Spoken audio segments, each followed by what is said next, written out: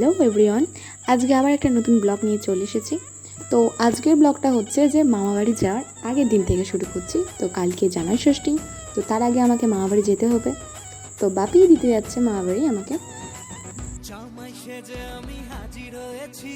So মামাবাড়ি যাওয়ার আগে মাসির বাড়ি পড়ে, তো মাসির বাড়ি চলে গিয়েছিলাম। তো মাসির বাড়ি গিয়ে দেখছি আমার দুই বোন, যারা খুবই একদম মনোযোগ সহকারে ফোন দেখতে ব্যস্ত, এবং আমি গিয়েছি তারা একটু অবাকই হয়ে গেছে যে আমার তো আসার কথা ছিল না। তো যাই হোক, তারপরে তাদের কোনো এক্সাইটমেন্ট নেই, আমি ফোন দেখতেই ব্যস্ত। তো কিন্তু একবারে এক থালা মুড়ি আর চপ নিয়ে রেডি হয়ে গেছে। মাসি বলছে খেয়ে নে, এসব কী করছিস, ফটো মটো তুলছিস না কি করছিস। তো তারপর আমার বোন আমাকে দেখে অবাক যে আমি এতটা চপ খেয়ে নিতে পারবো একা। তো যাই হোক, তার মধ্যে আমার বোন তো হেসে লোটাপটি খাচ্ছে আর এক বোন। তো তারপরে ওখান থেকে মামাবাড়ি চলে গিয়েছিলাম। মামা রাত্রে বিরিয়ানি এনেছিল, তো বিরিয়ানি খেয়ে শুয়ে পড়েছিলাম, সে ফুটেজ আমার নেওয়া হয়নি। তো সকালবেলা ঘুম থেকে উঠে একটু চা খাচ্ছিলাম, তারপর সবাইকে একটা একটা করে কাজ করতে দিয়ে দিয়েছিলাম।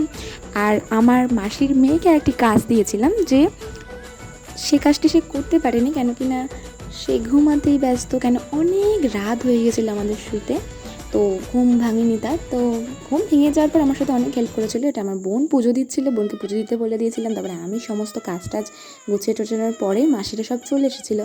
তো মাসিদের সাথে আর কি হেল্প করতে ব্যস্ত হয়ে গিয়েছিলাম। আমার বোন মনে হয় কখন এই ফুটেজটা নিয়েছিল, সেটা আমি আবার তোদের খেয়াল করিনি। আমি একটা কথা বুঝতে পারি না, যখনই ক্যামেরা অন হয় তখন কেন জানি না কোথায় সবাই কনসিয়াস হয়ে যায় খুব বেশি। আমার মেয়েদের সাথে হেসে হেসে লুটোপুটি খাচ্ছিলো। তো এখানে চিকেনটা রয়েছে, আর ওখানে পটল আলুর তরকারি হচ্ছে। তো দাদু সমস্ত কিছু দেখছে আর কি, পরিচালনা করছে। দাদু একটু দেখে গেলে দাদুকে, ঠিক আছে।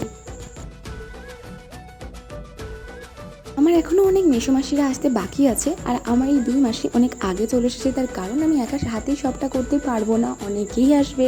তো যার জন্য দুটো মাসি মিলে আমাকে হেল্প করার জন্য চলেছে। আমাকে হেল্প করার জন্য না, আমি আগে এসেছি তাদেরকে হেল্প করার জন্য।